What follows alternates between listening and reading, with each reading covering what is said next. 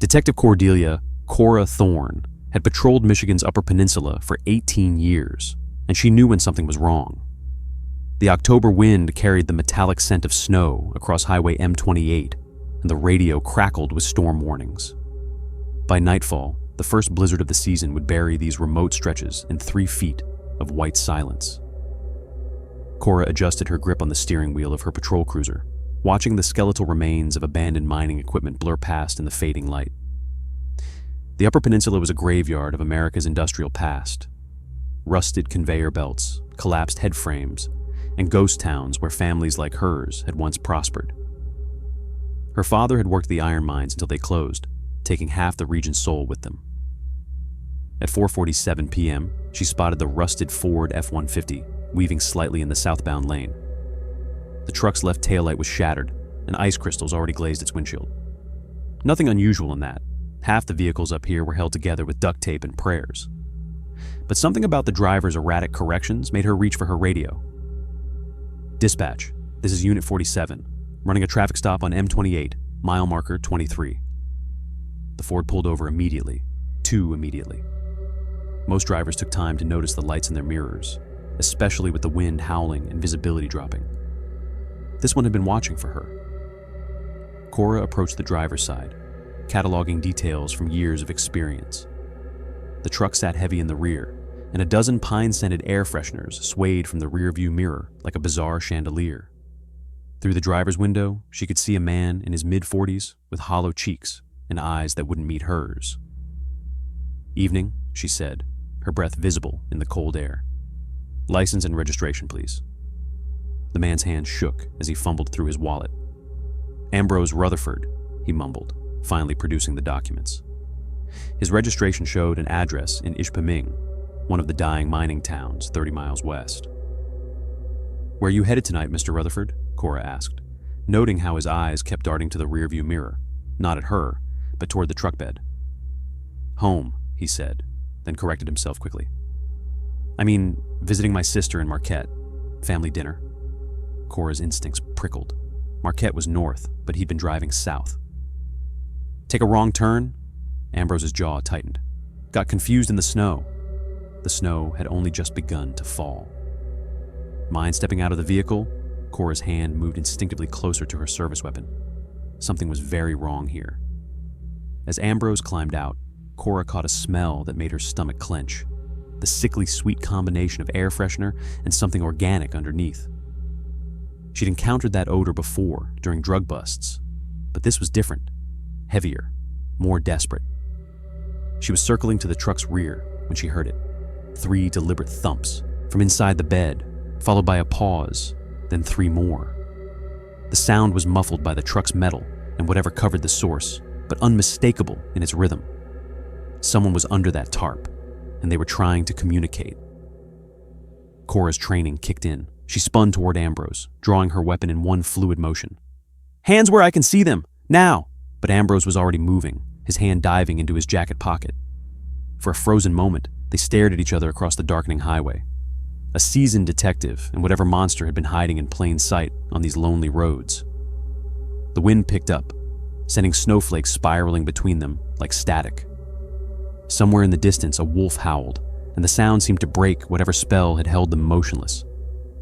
Ambrose pulled his hand from his pocket, revealing a hunting knife with a 6-inch blade. But instead of advancing on Cora, he did something that chilled her more than the approaching storm. He smiled. "You have no idea what you've stumbled into, Detective Thorne." The fact that he knew her name made her blood turn to ice water. This wasn't random. He'd been watching, planning, waiting. "I know enough," Cora said, keeping her weapon trained on his center mass while keying her radio. "Unit 47 requesting immediate backup on M28, mile marker 23. Armed suspect, possible abduction in progress." Static answered her. The storm was already interfering with communications. Ambrose's smile widened. "Nobody's coming to help you, Detective. Not out here. Not tonight." The thumping from the truck bed came again, more frantic now. 3 thumps, pause, 3 thumps. Someone was fighting for their life under that tarp. "Let me guess," Ambrose continued, taking a slow step backward toward the tree line. "You're thinking about that missing girl from Northern Michigan University? A pretty little thing named Imogene Caldwell. Supposed to drive home for Thanksgiving break 3 days ago, but never made it. Cora's heart hammered against her ribs. The Bolo alert had gone out that morning. 19-year-old college freshman, last seen leaving campus in her Honda Civic. But the girl in that truck bed wasn't in a Honda. "Where's her car, Ambrose?" "At the bottom of Lake Superior, along with the others." His voice carried no emotion, as if he were discussing the weather. "This truck's much more practical for transport. Better weight capacity." The others.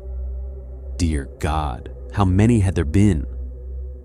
Ambrose took another step back, now just feet from the dark wall of pine trees that bordered the highway. Once he reached that wilderness, he could disappear forever into a maze of logging roads and abandoned mine shafts that only locals knew existed. "You can try to stop me," he said, raising the knife. "But that girl in the truck will be dead before you get her free. And in this storm, you'll never find where I've hidden the bodies of her friends." The wind shrieked across the highway, carrying with it the promise of a long, dark night. Somewhere under that tarp, Imogene Caldwell was fighting for every breath, and Detective Cora Thorne had seconds to make a decision that would determine whether the girl lived to see another dawn. The storm was coming, and evil was about to vanish into the wilderness forever. Cora made her choice in the space of a heartbeat.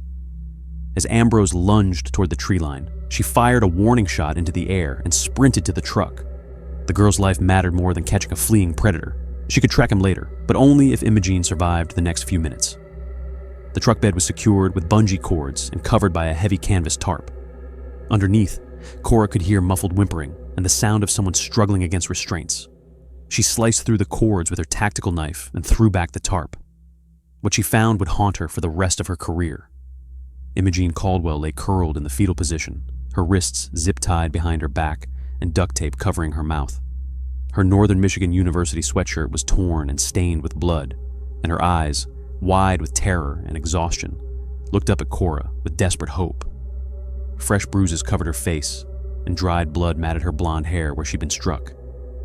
"You're safe now," Cora whispered, carefully removing the tape and cutting the restraints. "I'm Detective Thorne. We're going to get you out of here." Imogene's voice came out as a raspy whisper. He said he was taking me somewhere no one would ever find me. There are others." I heard him talking about others. As Cora helped the girl out of the truck bed, she spotted something that made her stomach turn. A detailed map spread across the tailgate, marked with red X's in various locations throughout the Upper Peninsula. Each X was labeled with initials and dates going back 3 years, at least a dozen marks scattered across the wilderness like grave markers. Her radio crackled to life with intermittent static. "Unit 47, respond. Storm warning. Back up en route." "Dispatch, this is Thorne," she replied, supporting Imogene's weight as the girl's legs nearly gave out.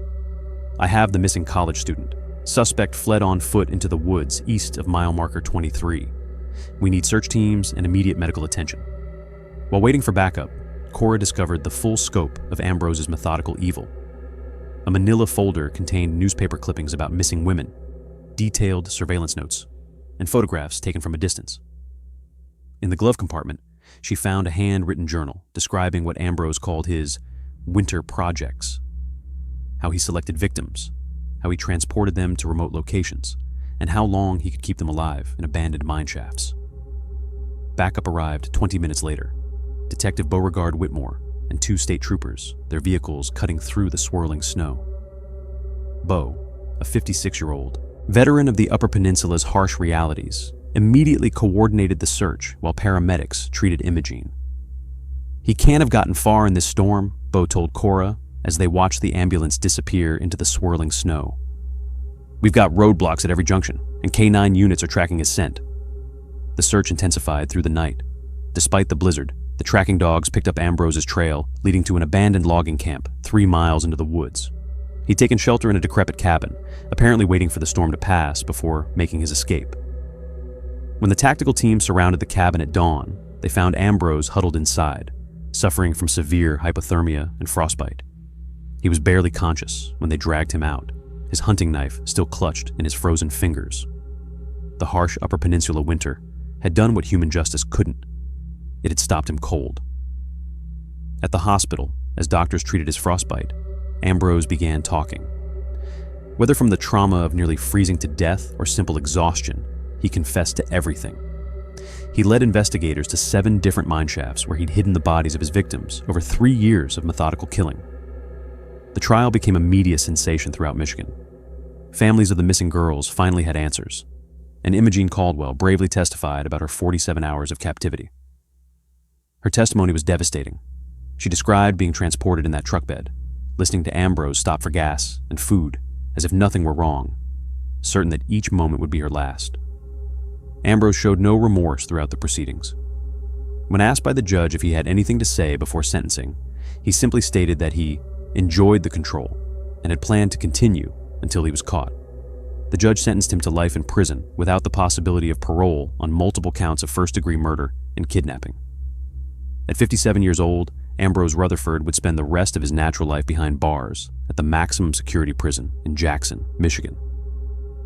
Detective Cora Thorne received the Medal of Valor for her actions, but the recognition meant less to her than the knowledge that her instincts had saved Imogene's life and brought justice for 7 other families. She kept Ambrose's victim map in her case files, not as a trophy, but as a reminder that evil often hides behind broken taillights and nervous behavior on lonely highways. Imogene recovered physically within weeks, but her psychological healing took years of therapy. She eventually returned to college, graduated with honors, and became a victim's advocate, working with law enforcement to train officers in recognizing the signs of human trafficking and abduction. And on winter nights when the wind howls across M28, Detective Thorne still patrols those lonely stretches, knowing that predators like Ambrose Rutherford are still out there, but also knowing that justice, like the Michigan winter, is patient, relentless, and inevitable.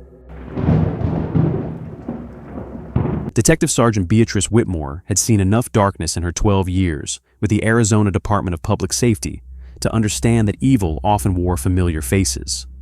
But as she adjusted her tactical vest in the pre-dawn chill of the high desert, she couldn't shake the feeling that this operation would test everything she thought she knew about the thin blue line. The abandoned truck stop sat like a cancer on Interstate 40, 30 miles east of Flagstaff. What had once been a bustling way station for cross-country travelers now squatted in the desert shadows, its neon signs dark for over a decade. The building's windows were boarded with plywood, and weeds pushed through cracks in the asphalt where 18-wheelers once parked. 3 months earlier, an anonymous caller had contacted the FBI's trafficking hotline with disturbing details about the property. Vehicles arriving at midnight with covered windows. The sounds of women screaming echoing across the desert silence. Most troubling of all, the caller claimed some of the vehicles looked like Arizona DPS patrol units.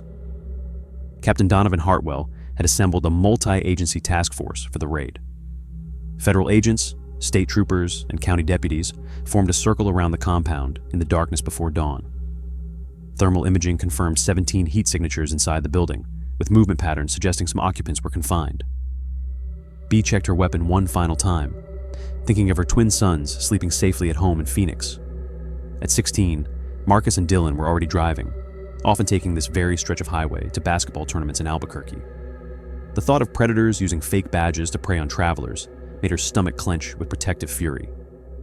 "Entry teams, move in!" crackled through her radio at exactly 5:47 a.m. The tactical teams breached 3 points simultaneously. Bee's team took the main entrance, their boots echoing through what had once been the truck stop's convenience store. The interior had been gutted and rebuilt into something nightmarish. Where travelers once bought coffee and snacks, makeshift cells now lined the walls. The first scream came from behind a plywood partition. Bee kicked in the door to find a girl who couldn't have been older than her sons, huddled naked on a stained mattress. The girl's wrists bore rope burns, and her eyes held the hollow stare of someone whose spirit had been systematically broken. "It's okay, honey. We're police. Real police," Bee whispered, removing her helmet to appear less threatening. The girl only whimpered and pressed herself further into the corner. Room by room, they extracted victims from cells barely large enough for a person to lie down. 8 women and girls, ranging from teenagers to their early 30s. All showed signs of prolonged captivity, malnutrition, untreated injuries, and the psychological damage that would take years to heal, if it ever could. In what had been the truck, Stop's office, Detective Quincy Ashford, discovered the operation's nerve center. Computer servers hummed beneath makeshift desks covered with ledgers, photographs, and detailed records spanning 6 years of trafficking activity. The scale was staggering. This wasn't some isolated group of criminals, but a sophisticated network moving victims across state lines. Barnabas Crenshaw, a gaunt man in his late 40s, was found frantically destroying hard drives when the team breached his inner sanctum. He claimed to be operating a spiritual retreat and insisted law enforcement had no authority over his sacred work. His protests ended when Sergeant Clifford Brennan placed him in restraints. But the true horror lay beneath the building. A concealed entrance in the maintenance room led to excavated chambers that defied comprehension. The underground rooms contained restraint devices bolted to concrete walls, bloodstains that had soaked deep into the floor, and instruments designed for torture and psychological control. Even veteran officers had to step outside to compose themselves. Bea found herself doubled over behind the building, fighting waves of nausea as she thought about what those young women had endured in the darkness below ground. As medical teams rushed the victims to hospitals, initial interviews revealed a chilling pattern. The trafficking ring had been using fake Arizona DPS vehicles to conduct bogus traffic stops along I-40. Women traveling alone would be pulled over for minor violations, then abducted by men in authentic-looking uniforms. The investigation was about to reveal something that would shatter Bea's faith in law enforcement forever. The truth emerged like poison seeping through cracked concrete. As forensic analysts combed through the seized computers and documents, a pattern of corruption surfaced that reached into the heart of Arizona law enforcement itself. 3 of the 14 suspects arrested at the compound weren't career criminals. They were active Arizona Department of Public Safety officers. Trooper Vernon Caldwell, a 15-year veteran. Detective Millicent Grove from the Criminal Investigations Unit. Officer Randolph Pike from Highway Patrol. Each had used their badge, their authority, and their insider knowledge to facilitate unspeakable crimes. Bea stared at the arrest photos spread across Captain Hartwell's desk, her hands trembling with rage. She'd worked cases with Millicent Grove, had shared coffee with Vernon Caldwell in the break room. The betrayal cut deeper than any physical wound. "How long?" she asked, her voice barely above a whisper. "Preliminary evidence suggests at least 4 years," Hartwell replied, his face gray with exhaustion. "They provided patrol schedules, checkpoint locations, even helped identify vulnerable targets." The victims' testimonies painted a horrifying picture. Women had been pulled over by what appeared to be legitimate traffic stops. The fake officers would claim to be investigating drug smuggling or human trafficking, bitter irony, and request the drivers step out for questioning. Once isolated, the women were overpowered and transported to the compound. Lorraine Stanton, the FBI task force leader, revealed the full scope during the briefing that would haunt Bea's dreams. The trafficking network had operated across 11 states, moving an estimated 300 victims over 6 years. Some had been sold overseas. Others disappeared into domestic slavery. Many simply vanished, their fates unknown and likely unknowable.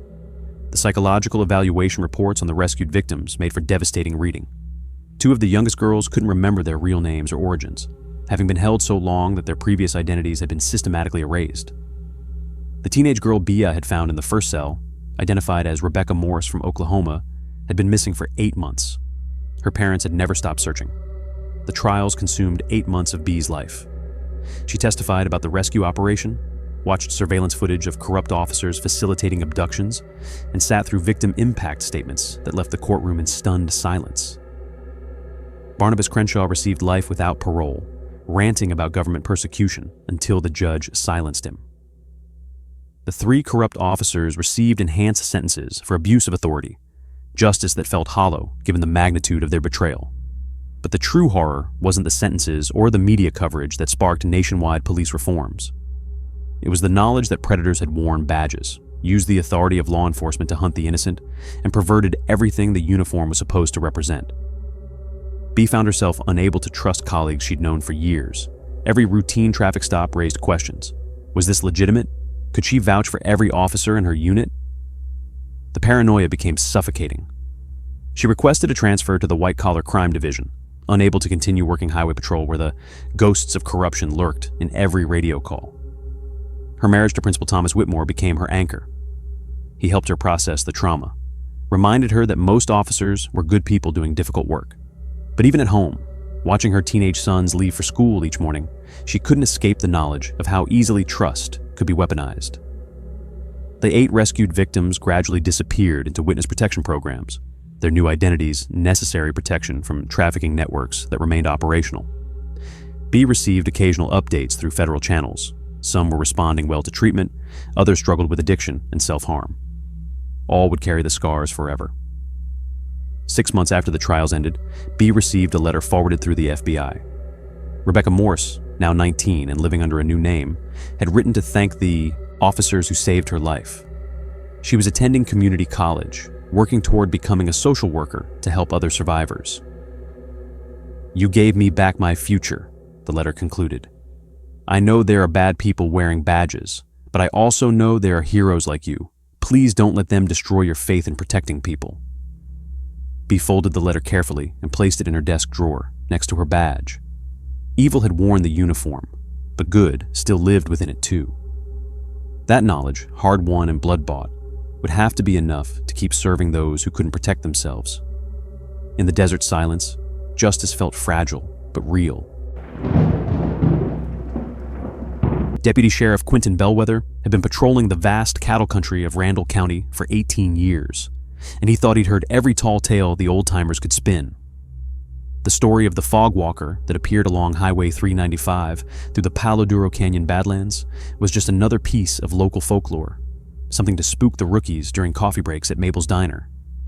The veterans would lean back in their booth seats, speaking in hushed tones about the thing that emerged from the fog, rolling up from the Prairie Dog Town fork of the Red River. How it caused accidents, how drivers were found sitting catatonic behind their wheels with no memory of what had happened. They described a figure of impossible height with movements that weren't quite human, something that had been witnessed by dozens of deputies over the decades. Quentin had always nodded politely, assuming it was nothing more than rural legend designed to unsettle newcomers who would be patrolling those isolated ranch roads alone during the long night shifts. At 52, Quentin had seen enough genuine emergencies to know that reality provided plenty of actual dangers without needing to invent supernatural ones. He had a mortgage payment due in 2 weeks. Dorothea's car needed new tires, and their youngest daughter, Rebecca, was applying for colleges that would require every penny of their savings. He couldn't afford to jeopardize his reputation or his career by chasing ghost stories, especially not with retirement still 8 years away. His first encounter with the fog walker came on a November night when unseasonably warm air had collided with the cold water of the Red River, creating a dense fog advisory for the entire canyon region. Visibility on Highway 395 had dropped to less than 50 feet, and the sheriff's department had been advising motorists to avoid the area if travel was absolutely necessary. Quentin had been assigned to patrol the stretch of highway between the Old Grain Elevator and the Henderson Ranch Turnoff, a 20-mile section of rolling prairie that was treacherous even in good weather. The fog transformed the familiar landscape into something alien, a gray void where the road seemed to disappear just beyond the reach of his headlights. At approximately 2:30 a.m., Quentin's patrol unit headlights caught movement in the fog ahead. He slowed to a crawl, assuming it was probably a stray calf from one of the nearby ranches, or perhaps a motorist who had broken down and was walking along the shoulder. As he drew closer, the shape resolved into what appeared to be a person standing directly in the center of the northbound lane. Quentin activated his spotlight and emergency lights, illuminating the figure as best he could through the thick fog. What he saw violated every assumption he had about human anatomy. The figure was impossibly tall, at least 8 feet in height, with proportions that were subtly wrong in ways that made Quentin's experienced eye struggle to process the details. The limbs were too long relative to the torso. The head sat at an angle that suggested the neck was either broken or constructed differently than any human neck should be. The figure appeared to be dressed in dark clothing, though the fog made it difficult to determine specific details. It stood perfectly motionless in the road, not reacting to the lights or the approach of the patrol car. Quentin brought his vehicle to a complete stop approximately 30 feet from the figure and activated his public address system. "This is the sheriff's department. Please move to the shoulder of the road immediately." There was no response. The figure remained motionless, and Quentin noticed something that made his skin crawl. The fog swirled around it in patterns that seemed to avoid direct contact with its form, as if the mist itself was reluctant to touch whatever this thing was. Quentin called in his location and the situation to dispatch, then exited his patrol car with his flashlight in hand and his service weapon ready. He had dealt with mentally ill individuals before, with drunk ranchers, with all manner of difficult situations. This was just another call, he told himself, even as every instinct screamed at him to get back in the car. He took 3 steps toward the figure, called out another warning, and in the time it took him to blink, it was gone, simply vanished. No movement, no sound, just empty fog where something had been standing moments before. Quentin searched the immediate area with his flashlight, checking both shoulders of the road and looking for any indication of where the figure might have gone. The fog was so thick that visibility extended only a few feet in any direction, but there was nowhere for something that large to hide on the open highway. More disturbing was the complete absence of footprints on the damp pavement. The fog had created a thin layer of condensation on the road surface that should have shown tracks if anyone had been walking there, but the asphalt was unmarked. Quentin was still processing this impossibility when dispatch crackled through his radio with a report of an accident approximately 3 miles ahead, near the Pemberton Ranch gate. He found Randolph Pemberton's pickup truck drifted off the road and collided with a fence post at low speed, causing minimal damage to the vehicle, but leaving the driver in a deeply disturbing condition. Randolph, a 47-year-old cattle foreman whom Quentin had known for over a decade, was physically unharmed, but completely catatonic. His eyes were open and dilated, staring straight ahead through the windshield at nothing. He didn't respond to verbal commands, didn't react to light shown in his eyes, and showed no awareness of Quentin's presence. His hands were still gripping the steering wheel with such force that his knuckles were white. When Quentin filed his report about both incidents, he expected Captain Rutherford, Grimsby, to question the account or suggest that the fog had played tricks on his perception. Instead, Captain Grimsby pulled a thick file from a locked cabinet and placed it on the desk between them. The file contained reports dating back 41 years, all describing similar encounters on Highway 395 during fog events. 19 separate incidents where drivers had been found in catatonic states after accidents. 24 reports from sheriff's deputies describing a tall figure that appeared in fog and vanished without explanation. 6 cases where passengers in vehicles described seeing the figure approach before the driver froze and the vehicle went out of control. The pattern was undeniable and terrifying. Every incident occurred during dense fog conditions. Every sighting described the same impossible height and wrong proportions. Every affected driver showed the same symptoms of extreme psychological trauma, with no physical cause that medical examination could determine. Quentin's second encounter occurred 5 months later during another heavy fog event. This time he was responding to a disabled vehicle call near the old grain elevator when his headlights caught the same impossible figure, this time much closer to his patrol car. He could see more details through the fog. The way the figure's movements were jerky and unnatural when it turned to face him, the way its head tilted at an angle that should have been anatomically impossible, the way it began walking toward his patrol car with a gait that suggested joints bending in directions that hurt to watch. Quentin's 18 years of training and experience warred with a primal terror he had never felt before.